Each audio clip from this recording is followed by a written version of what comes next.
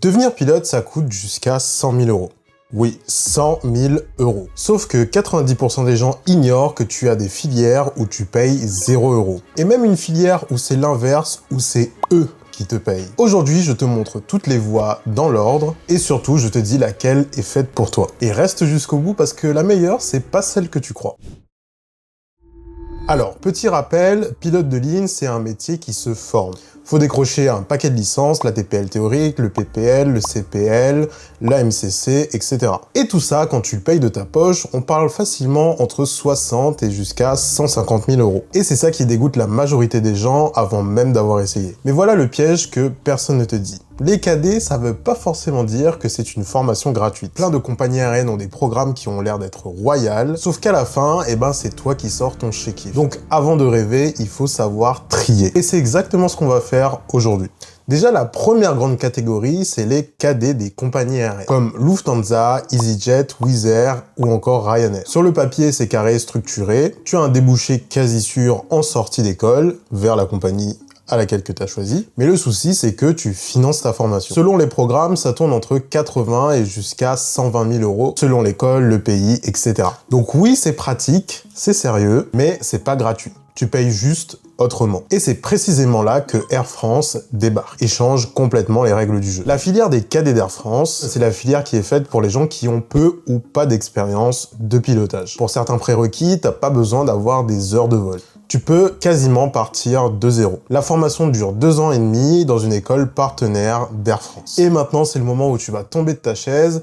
Quand tu es en formation chez Air France, tu es également payé. Oui, sous contrat de professionnalisation. Et tiens-toi bien, même en CDI. La rémunération, c'est environ 65% du SMIC si tu as moins de 21 ans, 80% du SMIC si tu as entre 21 et 26 ans, et au-delà, c'est 100% du SMIC. Et comme si ça suffisait pas, tu es même logé pendant toute la durée de ta formation.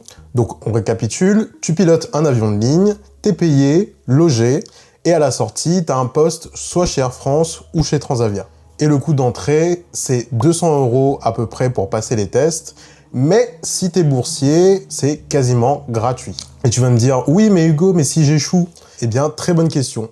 En cas d'échec, ton contrat s'arrête et tu ne dois rien rembourser. Parce que dans certaines compagnies, si tu arrêtes pendant leur programme cadet, même quand tu payes, tu dois potentiellement rembourser des sommes. Ça aussi, c'est un point à regarder si tu fais des programmes cadets dans des compagnies aériennes. Et pour te rassurer, le taux d'échec en formation est d'à peu près de 5%. Donc une fois que tu es dedans, tu as toutes les cartes pour réussir. Et petit point important, le TOEIC n'est plus du tout exigé si tu veux tenter les cadets d'Air France. À la place, il y a une épreuve d'anglais renforcée, directement intégrée au test de présélection.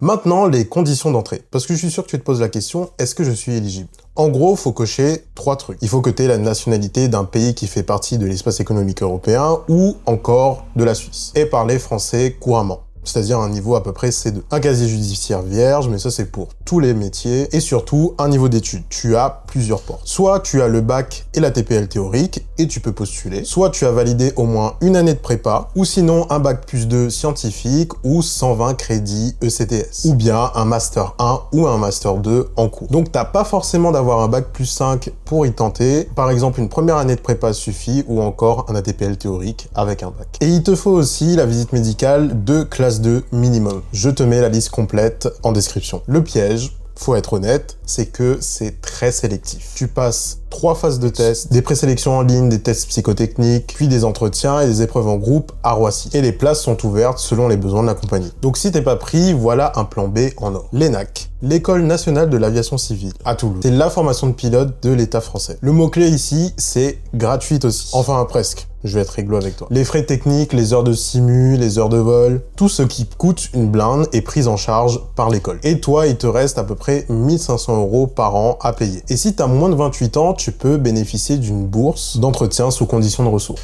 1500 euros l'année quand le privé t'en demande 100 000, tu vois l'écart un peu. Le revers de la médaille, accroche-toi, c'est un concours d'élite. Pour te donner une idée concrète, la voie scientifique, en 2026, elle ouvre 14 places. Et l'année d'avant, il y avait 1537 candidats pour ces 14 places. Donc oui, c'est la voie la moins chère de France, mais il faut être une bête en sélection. Côté conditions d'entrée, il y a 3 portes d'entrée selon ton profil. La première, EPLS. Scientifique pour les jeunes de 16 à 23 ans, sans aucune connaissance aéronautique à partir de Bac+1. Typiquement une prépa ou une première année de licence. C'est la voie si tu pars de zéro et que t'es fort en sciences. La deuxième, c'est EPL universitaire.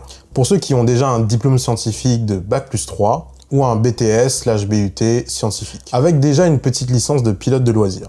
Et la troisième, c'est EPLP pratique, de 18 à 30 ans, pour ceux qui sont déjà pilotes avec le CPL et l'ATPL théorique. Et dans tous les cas, être ressortissant de l'Union européenne ou de l'UEE et être médicalement apte à avoir une classe 1. Justement, puisqu'on parle de fric et que pas mal d'écoles sont à l'étranger, je vais te donner une petite astuce pour économiser sur tes billets d'avion. Cette vidéo est en collaboration commerciale avec NordVPN. Le truc que peu de gens savent, c'est que le prix des billets d'avion change selon le pays où tu réserves. Avec NordVPN, tu changes ta localisation virtuellement, en 2 clics, tu compares, et très souvent tu payes ton vol moins cher. Et quand tu pars en formation à l'autre bout de l'Europe, tu te connectes au Wi-Fi de l'aéroport ou encore le Wi-Fi de l'hôtel, et tout ça avec un esprit tranquille. Tout est chiffré. La protection anti-menace qui bloque les pubs trop bizarres et les sites pourris. Un seul abonnement protège jusqu'à 10 appareils. Et il y a une garantie satisfait ou remboursée pendant 30 jours. Donc tu testes sans aucun risque. Le lien est en description et en ce moment tu as jusqu'à 75% de réduction, soit à partir de 3,49 € par mois. Et 3 mois offerts pour l'abonnement de 2 ans. Ça passe par mon lien et ça soutient ma chaîne YouTube et ça me permet de vous proposer des vidéos gratuitement. Voilà, fin de parenthèse. On retourne aux avions. Bon. T'es ni cadet, ni pris à l'ENAC. T'as pas 100 000 balles sous le matelas, comment tu finances? Il y a des dispositifs et ils sont sous-exploités. Tout d'abord, le CPF, le compte personnel de formation. Si jamais t'as déjà travaillé pendant plusieurs années, tu as sûrement un peu d'argent sur ton CPF. Il est mobilisable pour une formation de pilote de ligne, mais par contre, c'est plafonné. T'as pas le droit d'avoir plus de 5 000 € sur ton CPF. Ça ne paiera pas les 100 000 €, mais ça peut vraiment t'aider. Par exemple, ça peut te payer la TPL théorique, ou encore financer la moitié de ton CPL, ou des choses comme ça. C'est toujours bon à prendre. Si t'es demandeur d'emploi, France Travail peut entrer en jeu avec l'AIF, l'aide individuelle de formation, qui couvre les frais pédagogiques, plus une rémunération de formation possible. C'est souvent la voie réaliste pour boucler un financement. Et ensuite, la voie la moins connue, si t'es salarié, tu peux prétendre à une reconversion professionnelle. Là, tu regardes le PTP, le projet de transition professionnelle, qui est géré par Transition Pro. Et petite précision, beaucoup de gens disent que c'est le FONGECIF, mais en fait, ça a changé de nom depuis 2020, mais c'est la même chose. L'énorme avantage du PTP, c'est qu'il couvre les frais pédagogiques et maintient ton salaire pendant ta formation. Tu te formes en continuant à toucher ta paye. Ajoute à ça l'OPCO du secteur aérien pour certains salariés, les bourses aéronautiques et en dernier recours, les prêts pour financer ta formation. Bref, entre tous ces dispositifs, je pense que ça réduira bien ta facture pour faire ta formation de pilote. On récapitule où tu veux aller. Imaginons que t'es jeune, t'as pas ou peu d'expérience, les cadets d'Air France, c'est la voie en or. Si tu as un profil scientifique de guerre, tente l'ENAC. Si la discipline militaire ne te fait pas peur, essaye une formation militaire, soit l'armée de l'air ou l'aéronavale. C'est gratuit, t'es payé, mais avec un engagement de plusieurs années.